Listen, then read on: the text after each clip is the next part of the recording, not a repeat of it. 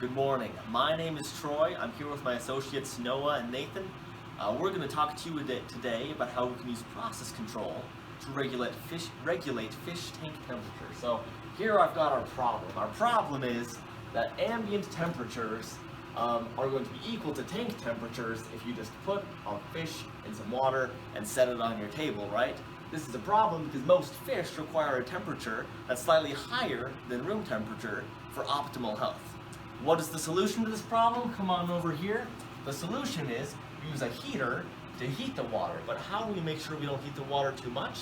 Well, we need a controller that is measuring tank temperature and using that measurement to adjust heater output to create optimal temperature conditions for fish longevity. Alright, so let's take a look at the math. This physics-based model kind of helps us understand the system. We're looking at change of thermal energy in the water as a function of Q in and Q out.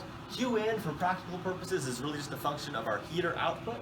Q out is a function of ambient temperature. If ambient temperature is less than the temperature of the water, then there's going to be some thermal energy leaving the system. This is great for understanding the system, but more practical for programming our controller is this FOPDT model, which looks at parameters like relationship between heater output and change in water temperature, and how long does it take before the temperature responds to the heater, how long does it take for the temperature to reach the set point. And from this model we can derive some disturbance rejection PID parameters that can be plugged into our controller and used to control the system. Hey, I'm Noah. Let's come over here and I'll show you how the apparatus works. So, it looks a bit of a mess, but I'll go through some of the key components here. Right here we've got our Arduino, and what this does is we can upload our code to it, we can upload a controller to it, right? So this is where all of the computational stuff is happening. Now to the Arduino we have a temperature sensor here. We've got a resistor here to help this thing have a voltage drop, which we can then convert into a temperature. We're going to stick this guy right into our fish tank, and that'll monitor the temperature for us, and it'll output it back to the Arduino. Now the Arduino, it'll take that temperature, right? It'll go through the controller, it'll say, oh, it's either too warm or too cold, and it'll come through here, and it'll go to this transistor, which will turn the heater on and off. Now, when it's too cold, the controller will say, okay, we need a little bit more heat to keep our fish healthy and happy. So it'll turn this sucker on. When it's a little too warm, it'll turn it off, let things cool down a bit, and it'll do that continuously to make sure our fish stays at the optimal temperature. Right, so after implementing our system into a fish tank, let's check out some of the results. So right here, this is where we changed our set point, right?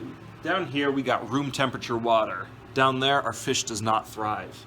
So let's bump it up to 22 degrees for some of our fish. Okay, we get there pretty quick. We can get there within a couple minutes. Now, the further we go along, we add maybe another fish that requires a little bit more heat.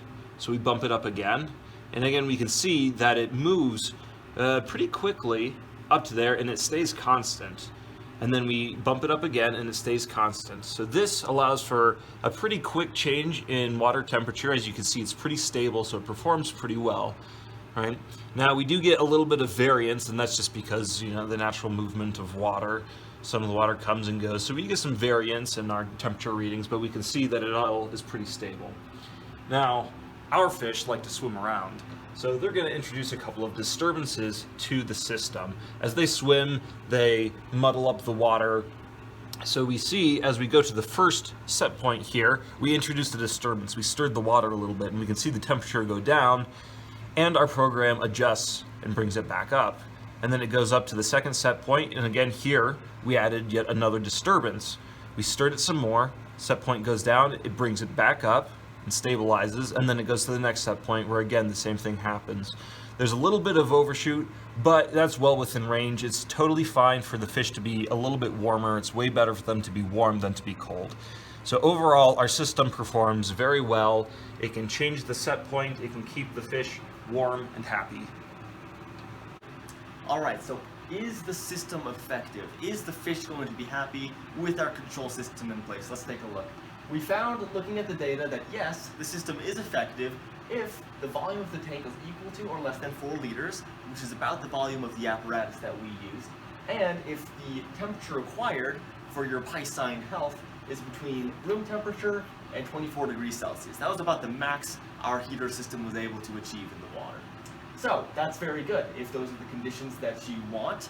Going forward, it would be good to create a more robust system that, one, can handle a larger tank volume, two, can increase temperatures to temperatures above 24 degrees Celsius, which some fish require that, not very many, but some fish do require hotter temperatures, and one that creates a more uniform temperature gradient in the water. We don't want the bottom of the tank to be 22 degrees and the top to be 24. We want a nice even temperature so the fish can swim around and not go into any temperature shock or anything like that. Another thing going forward, this system needs to be tested with actual fish. If we don't test it with actual fish, we certainly can't produce it and release it to consumers because who knows what might happen to those poor fish, right? So anyway, those are our 2 steps going forward, but we're pretty pleased with what we've got so far.